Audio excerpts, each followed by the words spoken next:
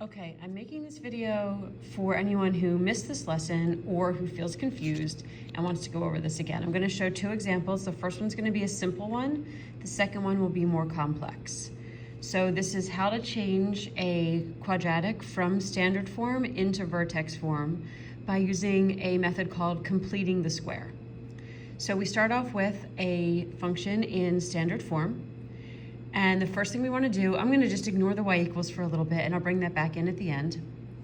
But I want to separate my x squared plus 6x from my minus 2. So I'm just going to group that up so it's together. I'm going to have my minus 2 at the end. Then I'm going to take these parentheses and I want to do this thing called completing the square. To complete the square, I am trying to find a number to add in to this partial trinomial so that I will create what's called a perfect trinomial, so that I'll create something that's easy to factor into the form that we need. So here's the trick. Take the coefficient of x, take half of that, and square your result. So half of 6 is 3, squared is 9. So I want to add 9 to this. But I can't just randomly add 9 to any equation. I have to make up for that. So I'm going to also subtract 9. Because adding 9 and subtracting 9 is basically like adding 0. So I haven't changed anything at all. I've just changed the way it looks. I haven't changed its actual value. So, okay, fine. This is still what y equals. So now I see that this is a perfect trinomial. It will factor to x plus 3, x plus 3. So I want to be able to factor this, but I can't do that until I get rid of the extra 9 that I had to put in. So I'm going to rewrite this and kick the 9 back out. Now I'm going to take what I have here and be like, oh look, this factors to x plus 3, x plus 3. Awesome. So this factors to x plus 3, quantity squared, and this reduces to minus 11. I just did it. I just took a standard form quadratic and I rewrote it in vertex form. Now I know where my vertex is. My vertex is at -3, -11. My axis of symmetry is at x equals -3. I can get the range, I can get the domain, and then using Desmos to get the table, I can graph it. Okay, so I'm gonna go through this one more time out loud, and then you can move on to the more complex one if you'd like. So I have my standard form equation. I group up my first two terms, my x squared and my x term.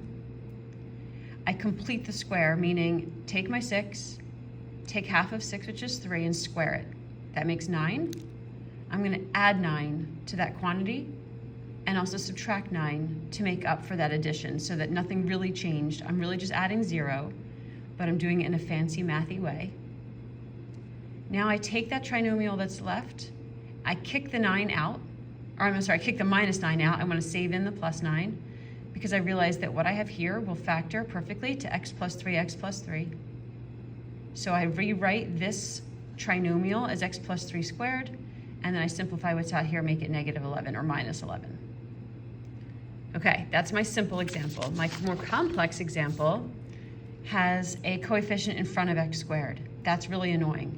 The only way to complete the square is to have x squared alone, no coefficient in front of it.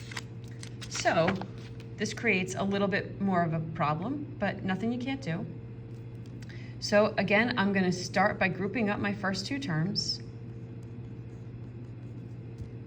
But then I've gotta, before I can go complete the square, I've got to get x squared by itself. I've got to get rid of this minus 2, this -2.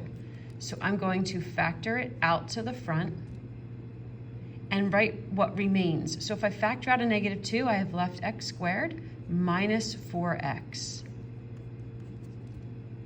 Okay, remember how to factor out that GCF. I'm taking a -2 out, and what's left is x squared, and then -2 into 8 goes -4 times, so I have a minus 4x. Now I'm ready to complete the square. Okay, completing the square says take half of this coefficient and square my result. So half of 4 is 2, 2 squared is 4. So I'm going to add 4, I'm also going to subtract 4, so I'm not actually changing the value of anything. I'm not doing anything illegal if I can add a 4 and subtract a 4. Okay, now here's the other tricky part. I want to kick the minus 4 back out, but it's not really just a minus 4. It's affected by the negative 2 that's up there. So my negative 2 stays, this all stays. But to kick this out, it's not just a minus 4. It's a minus 4 times a minus 2. So it's really a plus 8 that gets kicked back out. Now I know that this is a perfect square trinomial. It's x minus 2 times x minus 2. So my result is negative 2 times x minus 2 squared plus 9.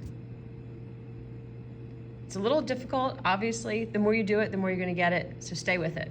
Go back, watch it again if you need to, and you got this.